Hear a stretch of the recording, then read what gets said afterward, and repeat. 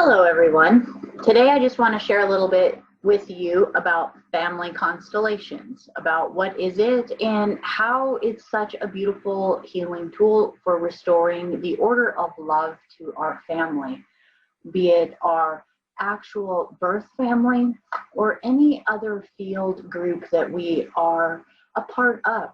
So, welcome, and let's get into what is family constellations.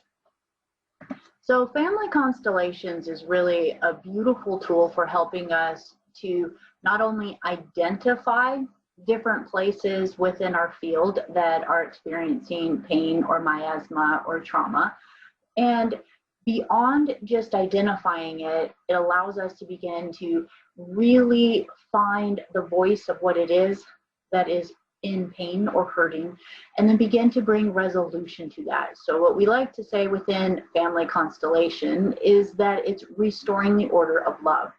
So if we can kind of even imagine within our own family or within any of the groups that we may be a part of, we can see that when there is discord between people, or if there are secrets in the family or shameful things or different tragic things that have happened in the family, there can be an element or an energy of wanting to shut things down, to close things off. And that is basically restricting the flow of love.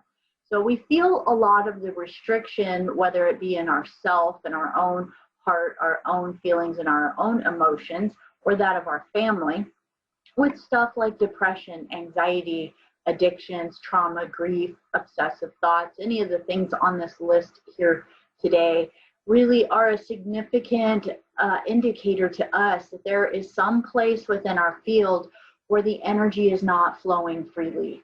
So with family constellations, it's a beautiful therapeutic approach that can be done either individually or in a group to help reveal these hidden dynamics in a family or a relationship in order to address any stressors impacting these relationships and then help to heal them. So the purpose of family constellations, you've heard me say this a few times already, is to create, to restore love and basically to create order. So family constellations, when you start to research it a little bit or even begin to understand it, you'll realize that it was originated by a therapist in Germany, and his name was Bert Hellinger.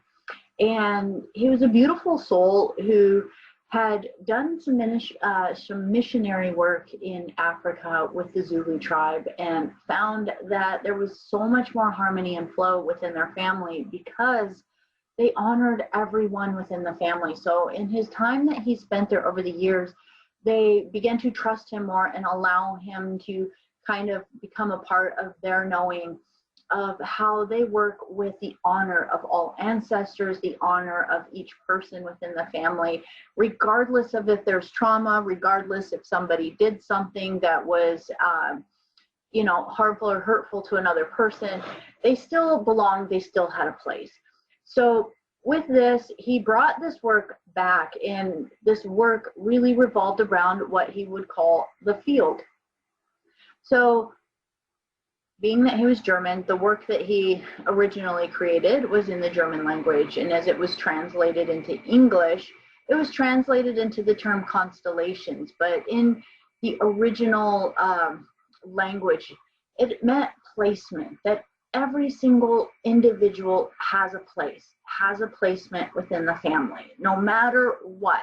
There is no honor in having an outcast or someone that doesn't belong, because whenever somebody gets out of their potential place within the family, then it starts to distort the field of the family, and therefore the energy and the love cannot flow correctly. There is what we would call miasma, or hinges or kinks in the field of the fabric of the family. So we will talk quite a bit within this presentation about the idea of there being a field. So a field, I'm going to say, is very similar to the idea of a morphogenetic field. And that this field is based in love. That love, we can say, has been said that it is the fabric of the universe.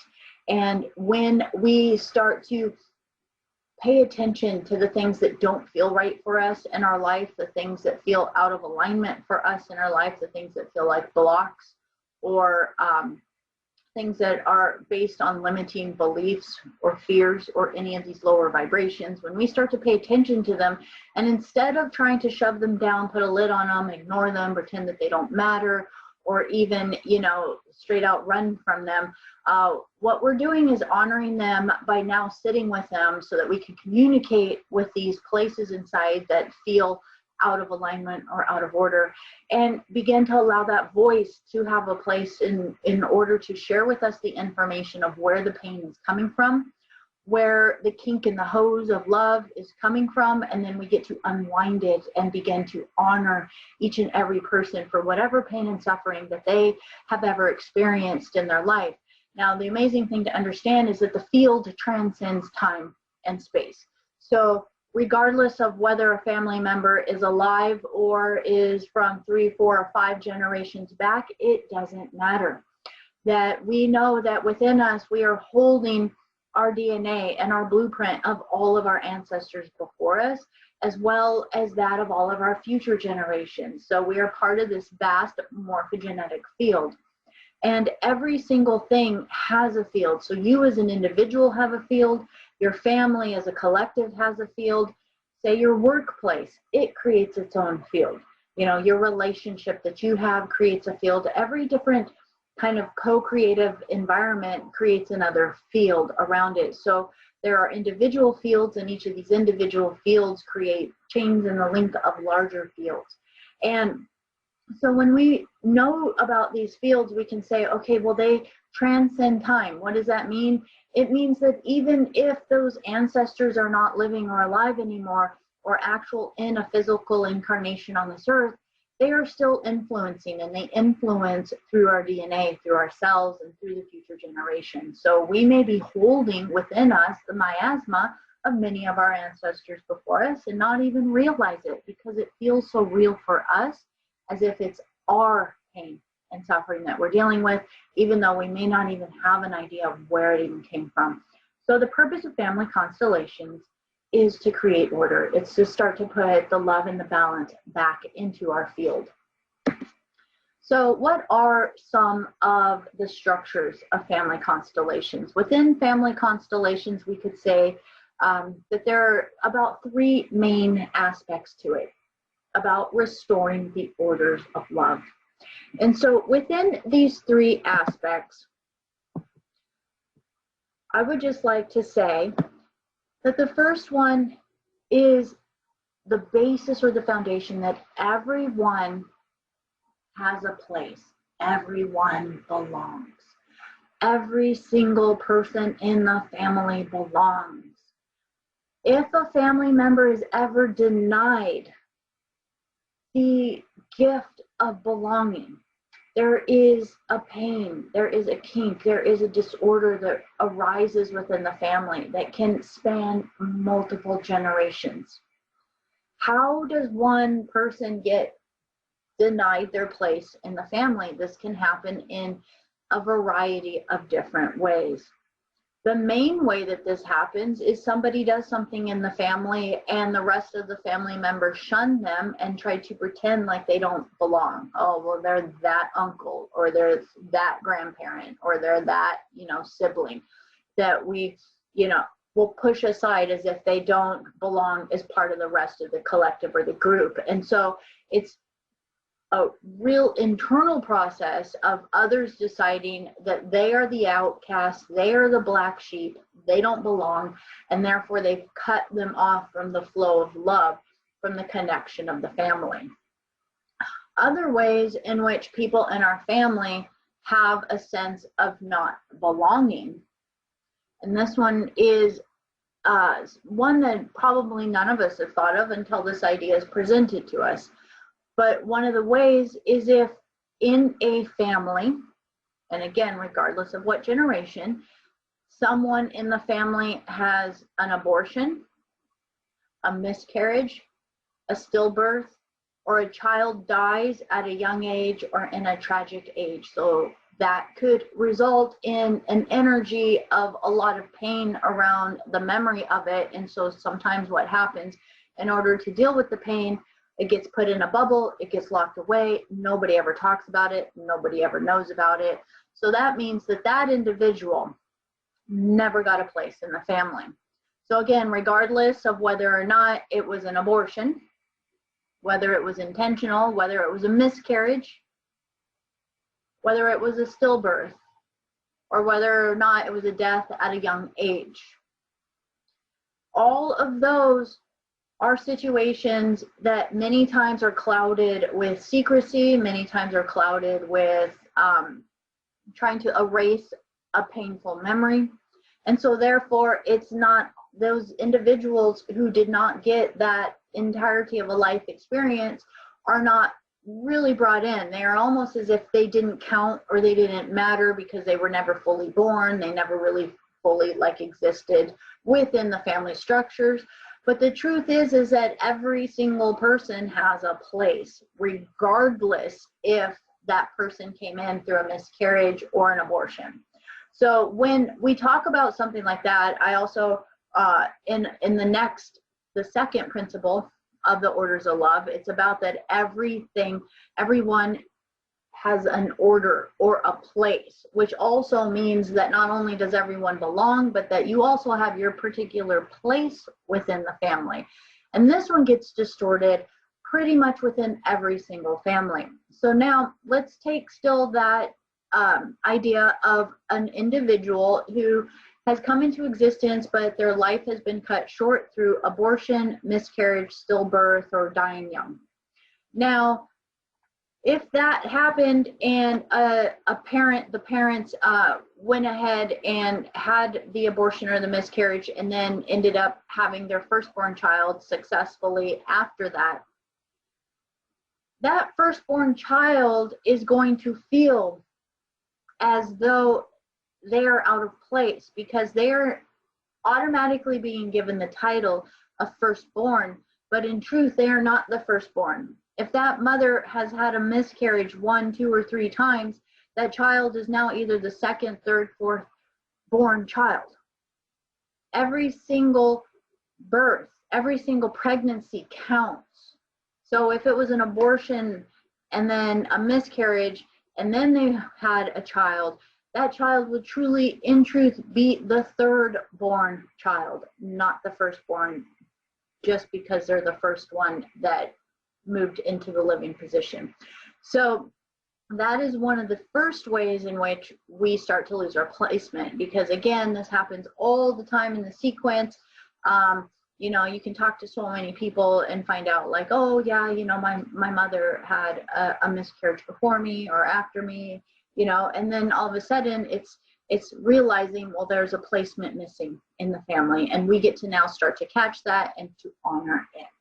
So another way that order gets out of alignment within a family, and this one, again, is incredibly common, is to imagine that a parent, be it the father or the mother, has an inability to really be the mature adult within the family. They may have an alcohol problem, they may have a drug problem, they may have an emotional problem, they may have a mental problem.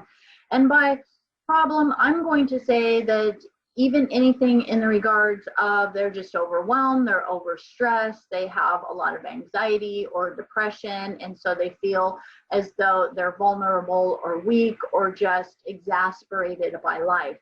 Now imagine a parent that is feeling overwhelmed, exasperated, anxiety in life, even though they may be mentally capable of completely going through their life, their child feels all of that anxiety and all of that emotion, right? And many times the child will want to step in to be the healer. They will want to step in to be the one to help support and to love the parent, and therefore they start to try to take on the responsibility for the parent. Now imagine that parent continues to have children, and that child now starts to step in as the parent to parent their siblings.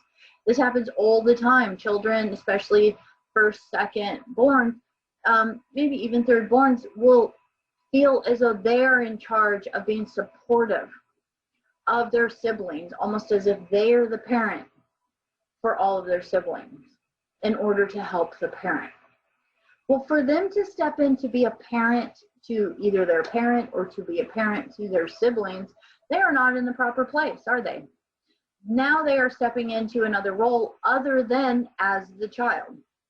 So this happens over and over again, where the child will step out of alignment into the place of parent in order to take on the responsibility of the roles of the maturity of maintaining the emotional balance within the home. And so they get overwhelmed by all this emotion that is happening. Another more disturbing role within that is if the parent is having a lot of emotional trauma, or say the mother and father aren't getting along. Many times one of the children will step in to play the role of one of the parents as a relationship to the other parent. Let me clarify that. So imagine that the father is overwhelmed and the father and mother are not in a balanced energy of agreement, and they fight a lot, or they just aren't connecting. Imagine that one of the daughters may actually step up to be the emotional role for the father, and in place of the mother, that child actually starts to be and act like the relationship role model for the father rather than the child. And I know that sounds super disturbing, but it happens incredibly commonly in so many homes, because it's not necessarily done in a sexual way, but it is done in an emotional way, where one of the children will step up to either be the partner for the mother or the partner for the father as an emotional role and being there. And unfortunately, yes, it does happen on a physical level sometimes too, with a lot of sexual abuse in the family. Unfortunately, this is just a sad fact of what we get to be a part of helping to heal within this type of work that we get to do. And to know that, again, it's about honoring the voice of whatever comes up, and however it comes up, that we get to be with it and allow it to speak, so that we can witness it and then start to allow it to unravel, so that we can place back all of the responsibility where it belongs. So in essence, in a type of situation like a family constellation, that child would now be able to, even though that child is probably a full-grown adult now, gets to step into the role of being the child and to hand all of that responsibility back to the parent, back to the mother, or back to the father, and get to proclaim that I am but a child and I get to live my life. Now, that is your responsibility, and that was your fate, and I gift it back to you with love. So with that, there is a tremendous power within this type of work for us to not only see where energy comes from so that we can hand it back where it belongs. I like to tell people that when there's anxiety in the body or depression or a lot of pent up emotions, it's difficult for us to move them many times because they're not ours. They don't even belong to us. So when we're holding the thoughts, feelings, and emotions of another people, of another person, we can't really move it or do anything with it because it doesn't belong to us. And so the true gift is actually to find where it originated, who it belonged to, gift it back to them with love, with honor, right?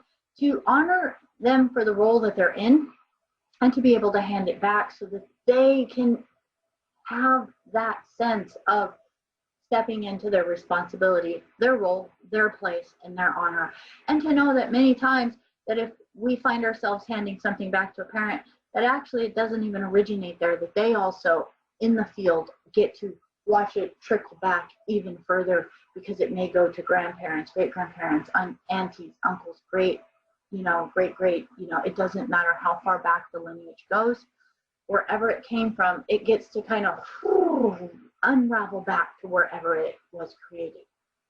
So another principle within this restoring the orders of love is that there also must be a balance between giving and receiving.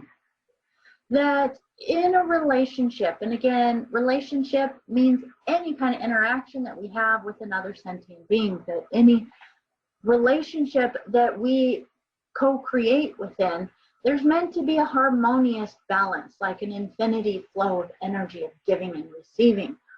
But many times when we receive something, there's a sense of obligation or a sense of guilt or a sense of, oh my gosh, well, I better give more.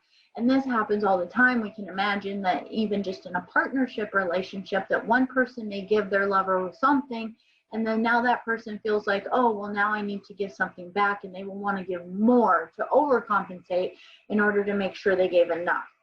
Well, that's not giving in balance. There needs to be a balance of give and receive. And that when we feel indebted in any way, shape, or form, that we are actually throwing out the balance of the harmony of the field. So the true responsibility that we get the gift to step into is learning how to receive. That usually if we have a problem with receiving, it's because there's limiting beliefs within us. There's limitations within us of our own feelings of self-worth, self-lovability, value, or any emotion like that. So we get to honor noticing that within ourselves, and then making the declaration that I will heal all places that I've been putting the responsibility of feeling lovable, of feeling worthy, of feeling valuable on another person. And I lift that responsibility and weight off of them, because the true responsibility lies with us to feel our own self-worth, to feel our own lovability, to feel our own value. And again, many times this comes from distortions in the field of the family. We didn't feel those emotions growing up, and so therefore we've been harboring them within.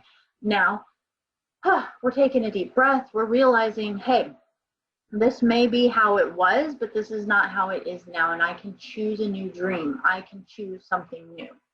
And this is where we start to take full responsibility, stepping outside of being a victim any longer, and now honoring that if we truly want to be healers, if we truly want to be lovers, if we truly want to uplift the planet, that we too must receive. And that is such a beautiful thing. So whenever we start to restore all of these places, again, that everyone has the right to belong. Absolutely everyone has the right to belong.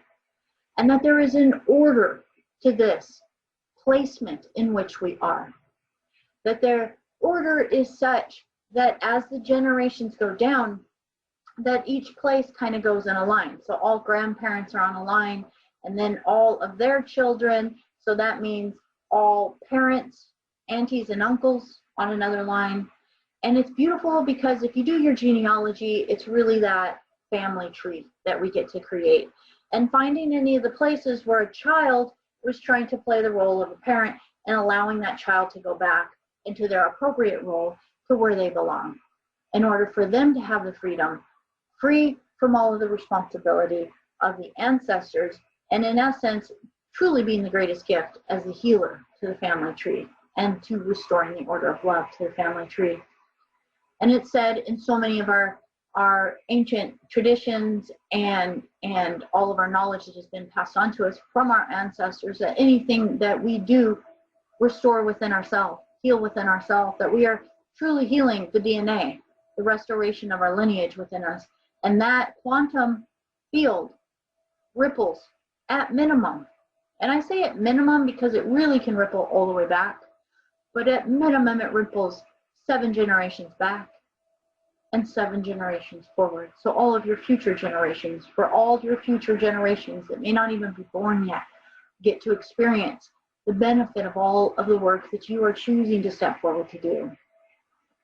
So when we look at our family tree, here's a very good example of how everyone has a place, everyone has an order, and also within family constellations that everyone has a size within the place, which means that there's an order of honor to each person's position. So when I say size, I don't necessarily mean that everyone's bigger than, but when I say size, my interpretation, and again, this is not the fullness of how Bert Hellinger brought this out, but just to share it from my perspective, that size has to do with the amount of ancestral wisdom, the amount of the ancestral foundation that is held within. So, for example, the grandparents would be bigger than the parents. and the parent's field would be bigger than the child. And a great example of this is that, you know, one of the ways that Bert Hellinger shared some of the information was that within a child's initial entry into this world, that in truth, a child has nothing to offer. And this is talking so much about the giving and receiving. And so when a child is born, they really don't have anything to offer. They don't have money to offer to a home, land, you know, wisdom. What they do have to offer is love. A child innately already has within them the field of love. Before anything else, we have love. But the parents, their field is bigger. So their field is meant to be the responsible ones. They're the ones that are meant to provide. They're meant to provide the shelter, the food, the home for the child, to help provide the provisions and the security and the nurturing. And if you imagine the grandparents behind that are bigger, that they are also support field of it, who have hopefully passed on wisdom to the parents in this process and are also still holding a support of the field, and so on and so forth. And so with that, that is what size really means. It's about the level of support that each generation gets the opportunity to hold a field of nurturing for the next generation. And then that gets to hold the field, and that gets to hold the field. And imagine how beautiful if there was actual harmony and flow and gentleness and compassion and non-judgment within each lineage as it went through. Could you imagine feeling all of the support of all of your ancestors behind you, and how amazing it would be to be in that dream of knowing that everything you did, every step you took, had the full support of every ancestor before you. And that is in truth what we are choosing by doing this work, to begin to step back into creating again. Now, with all of this information in here, I like to kind of look at our DNA as this beautiful weaving of structure, of rewriting itself. So every single time that you go through the steps, every single time that you go through the steps of healing and restoring something, you have the ability to allow your DNA to unzip and rewrite the new information in there. And that is how you are rewriting the future for future generations. So within family constellations, there's also a concept of consciousness. And this idea of consciousness is really powerful to understand, because if you are on a path of awakening, a path of gathering your memories again, your spiritual maturity, stepping into your knowing and your awakening of maturity on every level, mental maturity, emotional maturity, and spiritual maturity. To be on a path like this, we start to go through transcendences of different levels. And the first level of consciousness within family constellation is to embrace the idea that when we're born into these bodies, these vehicles that we're born into, which are completely composed of the DNA and the cellular structure of our ancestors. It's from your mother's seed cell and your father's seed cell, and each of them are packets of information that are holding the genetic stories of all of your ancestors before you. So on another way of looking at this, you can also know that when you're born, you're actually inheriting all of the baggage, all of the ancestral debt, and all of the ancestral karma of your family lineage. And so most of the time, the first years of life up until the 20s, you're mostly dealing with ancestral issues, ancestral resonances, voices, karma within your field. So when we start to go on a path of self-knowing, of self-healing, of self-evolving, of knowing oneself, the first things we do is have to start to catch all the voices, all the triggers, all the resonances, all the voices that are resonating through us, all those belief systems that we have, and start to catch each one and start to audit it and ask ourselves, does this belong to me?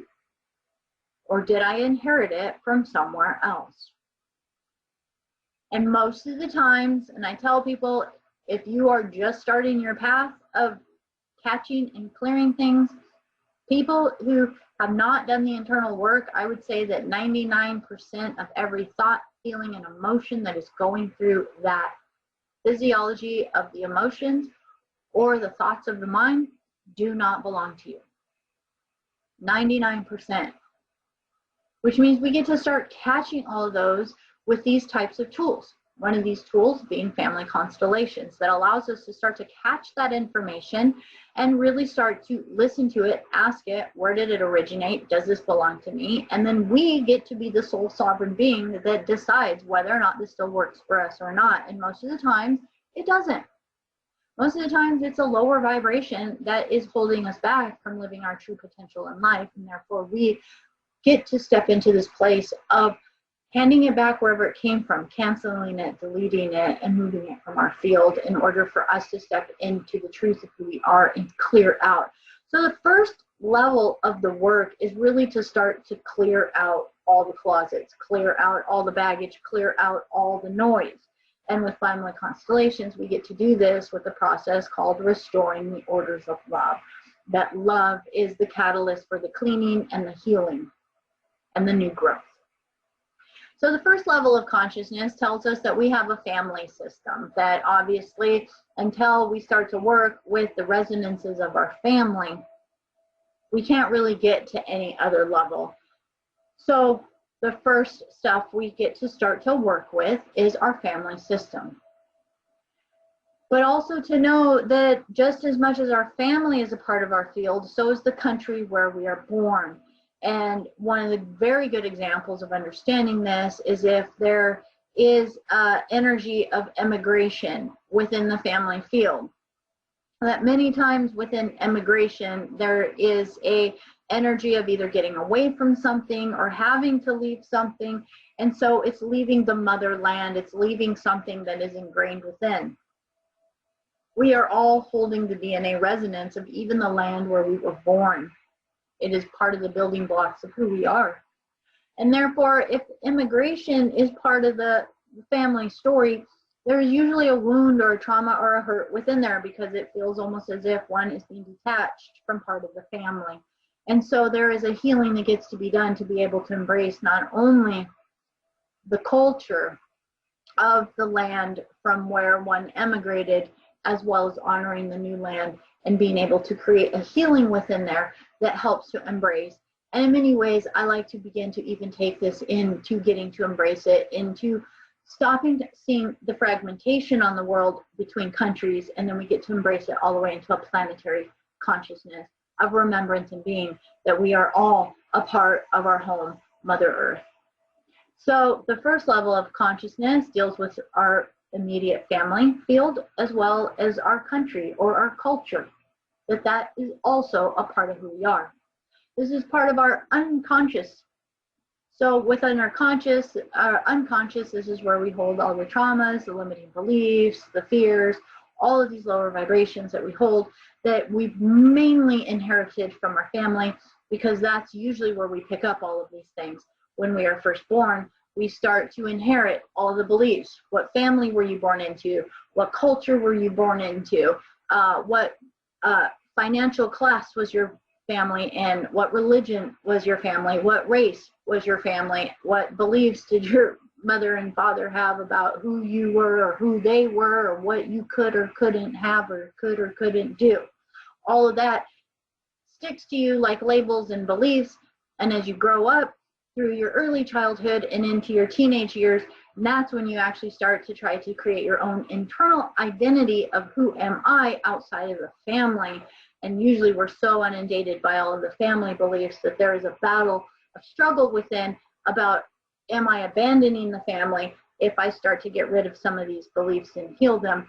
And that's why most people really start to do the work in their 20s and even in their 30s, when they're far, far more detached from family, because it's a very huge belief that we are abandoning or neglecting our family or turning our back on our family if we start to heal the limiting beliefs within our unconscious mind Even if they're limiting beliefs from generations and generations ago, it doesn't matter. We still feel guilty so many times to step out and be our truth of who we are. So many times, in order to be our truth of who we are, we adopt what is called the arrogance or the ego. So one of the things within family constellations is that in order to even get into a level of true individuality, of soul consciousness, that you actually have to cross a barrier of what is called arrogance and ego. That if there's any place of that negative ego or lower ego side, that it actually creates a barrier and you can't actually leave the first level of consciousness into the second level of consciousness. It creates a ceiling. And so our job is really to dissolve it. And how do we dissolve it? Well, first we need to know what it is. And it's really a voice like this. It's that teenage voice that many of us have had at some point in time where it says, screw that, I'm going to do what I want to do. So it's this level of, well, I'm going to step out and be my truth and be my power, but now I need to be a rebel to do it, or I need to tell everybody else off in order for me to do it, or I just need to be the black sheep in order to do it. And so there's a level of defiance, which is referred to more as ego or arrogance, in order to step into your truth. And in truth, in order to be at the next level, it really takes an unbiased, a neutral, compassionate witness perspective to absolutely everything. And when you think of that rebel that comes up in us in order to say, like, well, I'm going to stand up for my truth and I'm going to do what I need to do. And oh my gosh, I'm not going to let anybody take my power away anymore. So watch me do this. All of that is still coming from lower vibrations, because we still feel weak inside at some place, regardless of if it's being expressed as over arrogance or power. And what's happening is we're having a polarity or a kind of like, I am right and they are wrong attitude, and therefore we have a ceiling. It's all false or pseudo transcendence into an individuality, and it's not true individuality. It's really a rebel against the system that we're still tied to. So therefore, when we can get into a place where we start to have neutral, compassionate witness, which means that we can love unconditionally without judgment what anything is happening around us. So whatever the experience of the family was, whatever the experience of the situation was, that we could do the healing work to the point that we really drop all judgment around it, and we place everyone back in their appropriate place. We stop telling mom and dad that it's all their fault that we had a terrible childhood, or that it was my family's fault, or if it was my country's fault, or whatever the issue. We drop all of that. We start taking full responsibility. We step out of being a victim, and we start to adopt a full unjudgmental, so an unconditional loving perspective to all the situations, which means there's no right or no wrong. It's non-dual, no polarity. Now, from this non-judgment, we see everybody's perspective. It doesn't mean we have to facilitate any of it or buy into it. No, on the contrary, we respect everyone's placement. We respect all ancestors for their position. But I'm going to tell you that even if you respect, say, a parent or a grandparent for their position, there is a difference between having to accept their character or their choices they're making if they're coming from shadow self. So to say, you know, that maybe there's an abusive parent or a manipulative parent, narcissistic parent, any kind of scenario you can think of, and it's been hard to honor that parent as a parent, right? Because there's so much resistance to their character. Well, now there's a level of accepting and honoring that parent for who they truly are, because we know that without our parents, we would not be here, right? We honor them for our gift of life and for their contribution within the ancestral tree. And now on the flip side, there is a new level of spiritual adulthood that I would like to say, and that is being able to honor a person for who they are, and also separate the character from it and realize all of the character, that we don't have to subject ourselves to being abused or to having to tolerate if someone does not honor us or does that flow of restorative giving and receiving, the balance giving and receiving. So if there is no honor within the character of the person, we don't have to honor the character. We don't have to subject ourselves to be in a miasmatic or traumatic situation. But from our heart, we will always honor their position, their role in the family.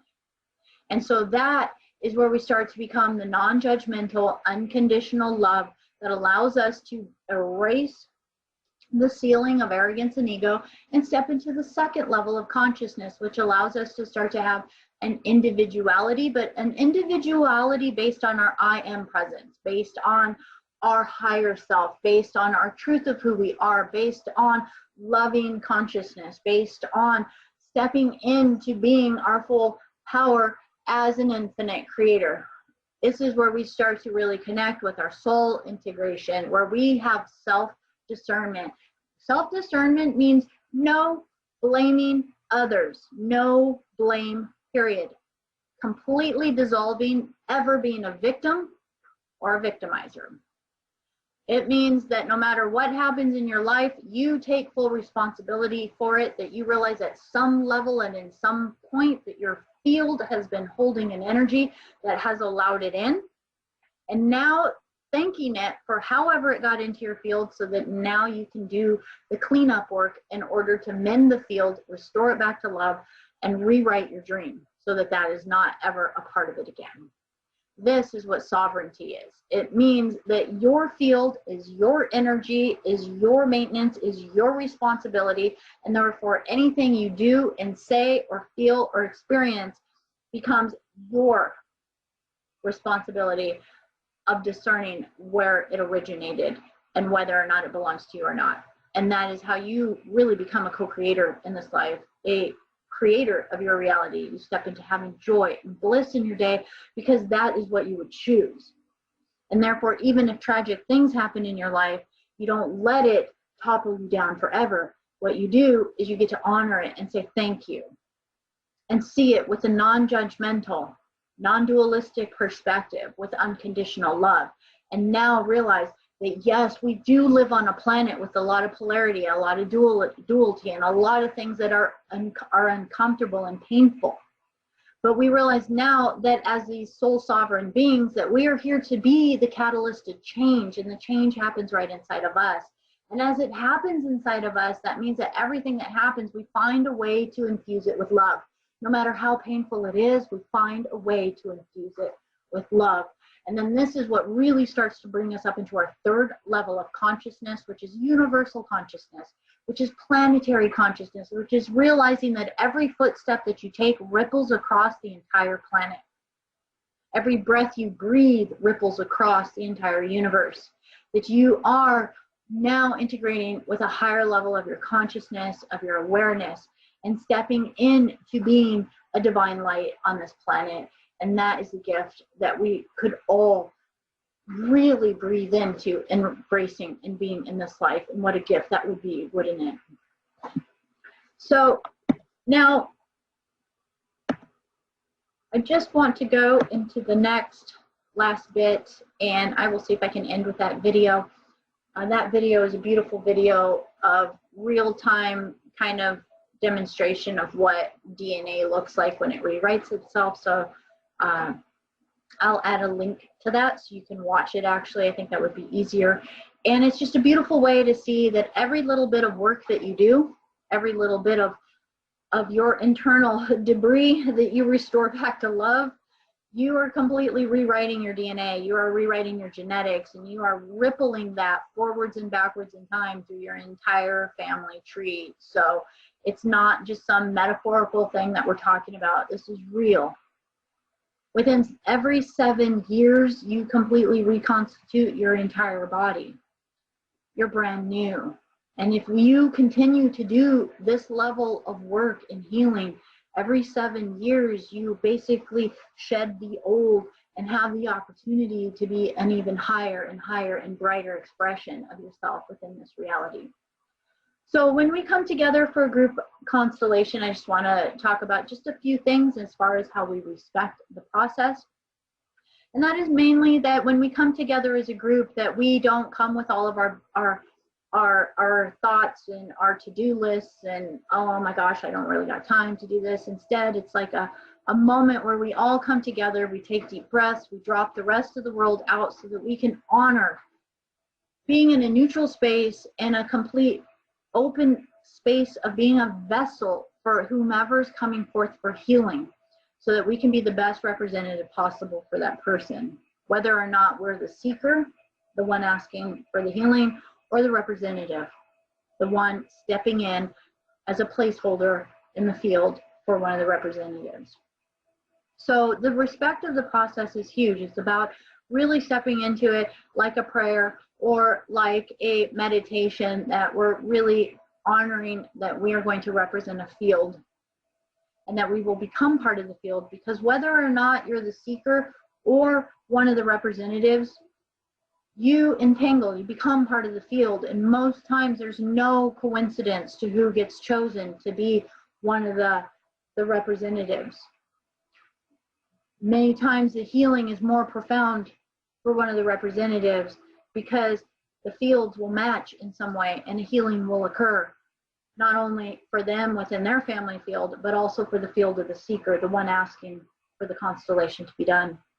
And so therefore, when a group constellation is done, it's really about a healing for all who are present. So it's really important for us to respect the process, to allow ourselves to be completely present, grounded, mindful in the moment, and holding space of healing.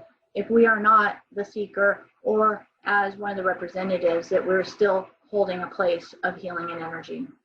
So this is really about honoring the field, honoring all of those that are present, honoring the healing that is happening, and not letting our mind really just wander off into other things. We're actually holding a cohesive mind and heart coherence within the field to keep elevating the vibration of love for the restoration of love within the field. So this is also part of keeping the mental mind of trying to figure it out, because a lot of times we'll watch a constellation and the mind wants to come in. Was that real? Did that really happen? How is this possible? You know, oh, did you make that up? Or, you know, all of the mind wants to come in and start to play a little game with all of it and make sense of it, because that's the job of our mind. Our mind is interfaced within this reality to help us try to figure things out. This is not a figure out thing. This is a thing about restoring a field of love. So allowing that restoration to happen with no judgment, just being with it. We don't want to talk about it afterwards. We don't want to talk more about the experience that one was feeling as a representative, or even to interfere with the field of the seeker afterwards. The seeker should get the respect of having quiet time and alone time after the process, so that they can just allow that healing to take place within the field. And to know that it's healing that happens within the field. So it's not about going and peeking right away or calling your uncle or your aunt or your mother or your father to see if they're different right away after a constellation. That's not how it works. It's really about the field changes, and as the field changes, that then moves into the physical. So I just wanted to share that, and that is a part of the group constellation etiquette. Family constellations is something that can actually be done as a one-on-one session as well, beautifully, easily. So if that's something that you're interested in, I would also be so delighted in help in being there for you with that kind of a process. But I just wanted to share this short presentation for you on what is family constellations, how it works as far as the field and the restoration of love. And I'm looking forward to having the experience of being there with the family constellation for you. So thank you so much.